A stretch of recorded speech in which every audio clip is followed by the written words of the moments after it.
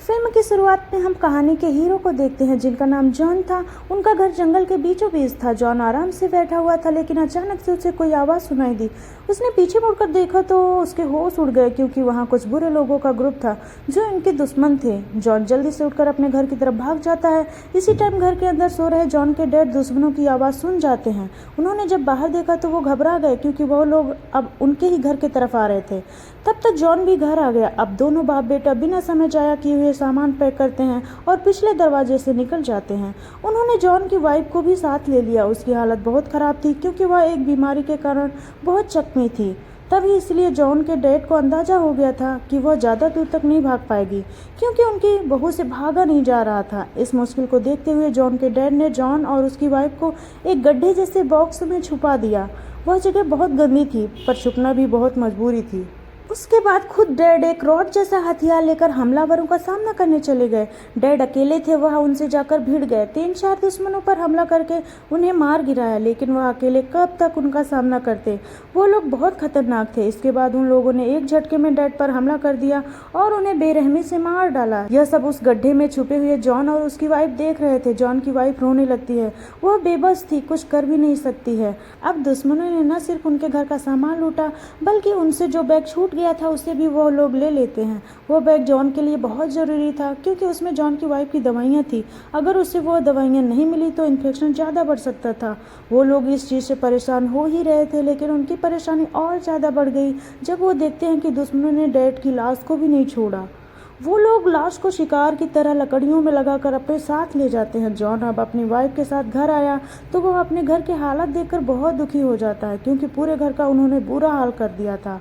और जब वह अपनी पत्नी के जख्म को देखता है तो उसकी परेशानी और बढ़ जाती है, क्योंकि जख्म बहुत ज़्यादा खराब हो चुका था। जॉन की वाइफ को इतना तेज़ बुखार हो गया कि वो बेहोश हो गई। अब आगे कोई रास्ता नज़र नहीं आ रहा था।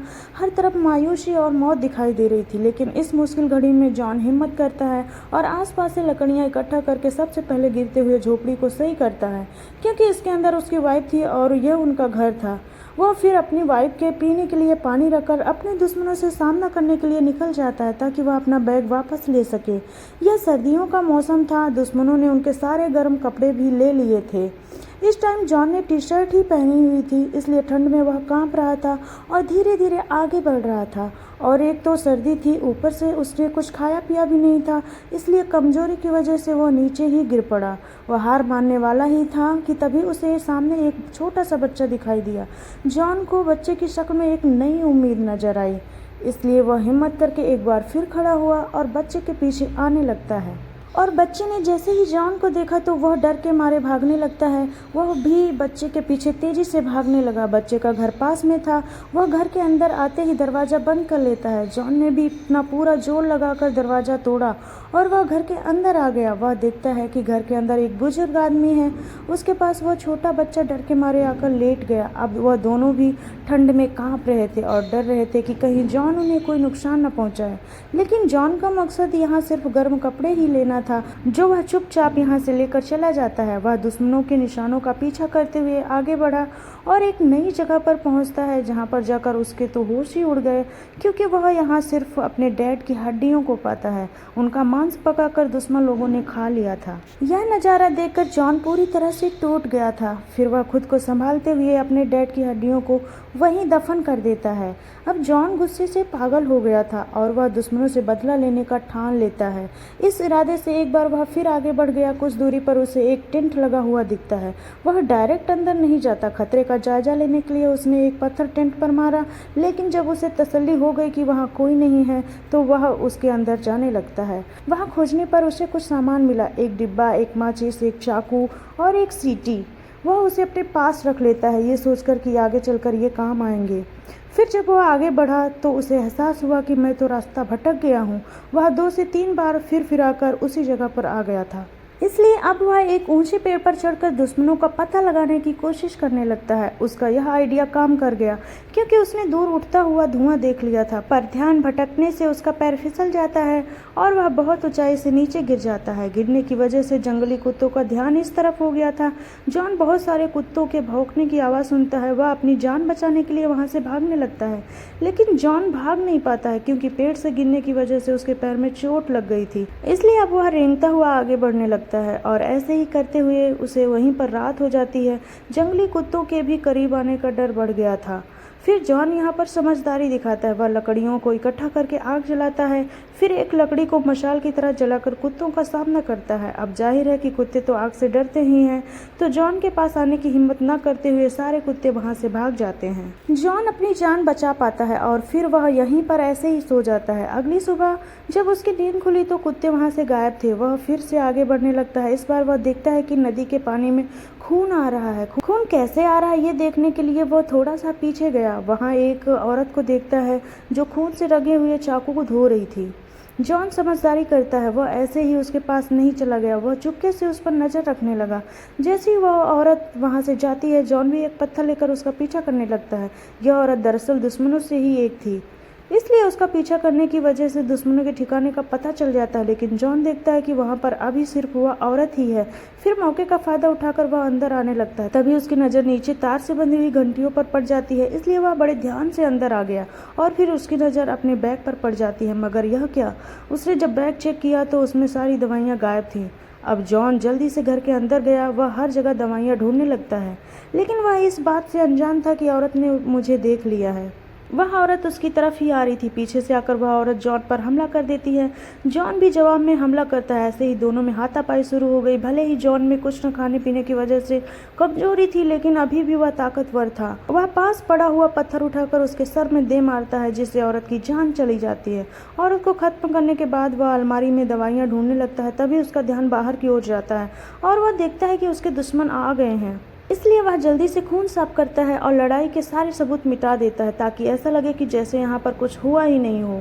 औरत की लाश को ठिकाने लगाने के लिए वह उसकी लाश को छुपाकर घसीट कर बाहर लाता है, लेकिन जब वह लाश ले जा रहा था तभी उसकी कुल्हाड़ी बीच में ही गिर जाती है। अब वह दुश्मनों के पास आ जाने की वजह से लाश को पेड़ के नीचे छुपा देता है और खुद भी वहीं छुप जाता है और दुश्मनों पर नजर रखने लगता है। इसके बाद जॉन देखता है कि वो लोग किसी छोटे लड़के को पकड़कर लाए हैं, लेकिन जॉन को बहुत दुख होता है कि वह देखते हुए भी कुछ नहीं कर सकता है। अब दुश्मन खाना बनाने की तैयारी में लग जाते हैं। तभी एक दुश्मन कुल्हाड़ी को देख लेता है। उसे खतरे का अंदाजा हुआ और वो अपने साथियों को भी ये बात बताता है, इसलिए वो लोग पूरे इलाके की तलाशी लेने लगते हैं। यह देखकर जॉन औरत की लाश को पत्तों से छुपा देता है और खुद भी लेट गया छुपने के लिए। कुछ देर बाद जब दुश्मन वापस चले गए तो वो रेंगता हुआ वहाँ आ गया और घर के अंदर जाने की सोचता है। तभी वह देखता है कि एक जख्मी दुश्मन घर की रखवाली कर रहा है। जॉन अब उसके जाने का इंतजार करने लगा। जैसे ही वह दुश्मन घर के अंदर गया, जॉन उस बच्चे की जान बचाने के लिए उसके पास गया, जिसे दुश्मनों ने बांधकर जमीन पर लिटाया हुआ था। बच्चा जॉन को देखकर चिल्लाने लगता है। वह यह समझता है कि जॉन उसे कहीं नुकसान न पहुंचाए, लेकिन जॉन तो उसे चुप कराकर उसकी रस्सियों को खोलने लगता है। लेकिन बच्चा तो चुप होने का नाम ही नहीं ले रहा था। उसकी आवाज़ सुनकर दुश्मन कुल्हाड़ी लेकर आने लगता है।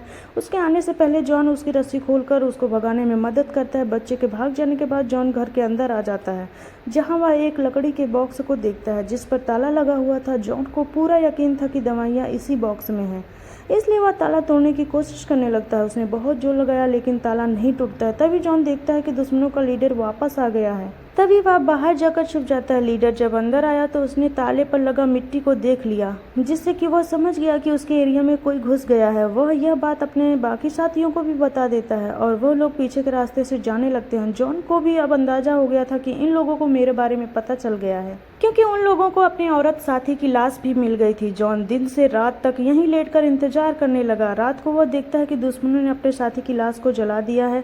उधर जॉन की वाइफ बेहोशी से होश में आ गई थी। उसने जब घर में जॉन को नहीं पाया तो वह घर से बाहर जाने को सोचती है, लेकिन दरवाज़ा बाहर से बंद था। वह दरवाज़ा तोड़ने की कोशिश करती है, लेकिन जख्मी होने की वजह से यह उनसे नहीं हो पाता है। उसकी हालत और भी खराब हो गई और वह नीचे गिर जाती है। इधर जॉन रात भर इंतजार करता रहा।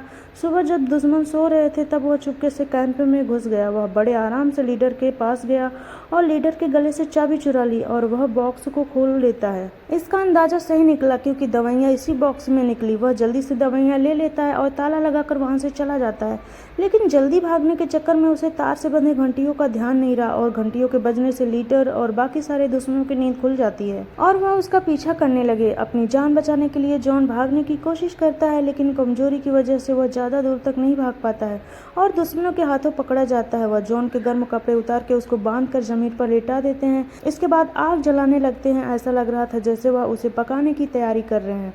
तभी जॉन की नज़र पास में पड़ी उस सीटी पर गई। जॉन उससे जोर जोर से बचाने लगता है। उसकी आवाज़ से जंगली कुत्तों का ध्यान इसी तरफ आ जाता है।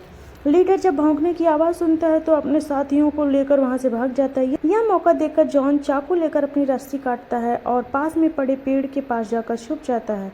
कुत्तों ने जॉन को नहीं देखा और उसकी जान बाल बाल बच जाती है। वह जल्दी से अपने कपड़े वगैरह पहनकर वहां से भाग जाता है। पर लीडर भी बहुत चालाक था। वह कुत्तों से बचने के लिए अपने एक साथी को जख्मी कर देता है ताकि सारे कुत्ते उसके पीछे लग जाएं और वह अकेले ही आगे बढ़ गया। जॉन को अंदाजा नहीं था कि लीडर हमारे पीछे लगा हुआ है। वह थक हार कर एक पेड़ से लगकर बैठ जाता है। तभी दुश्मन आकर टांग मारकर उसको फेंक देता है, क्योंकि लीडर उसे किसी भी हालत में छोड़ने वाला नहीं था। उसे मारने का प्लान बना चुका था।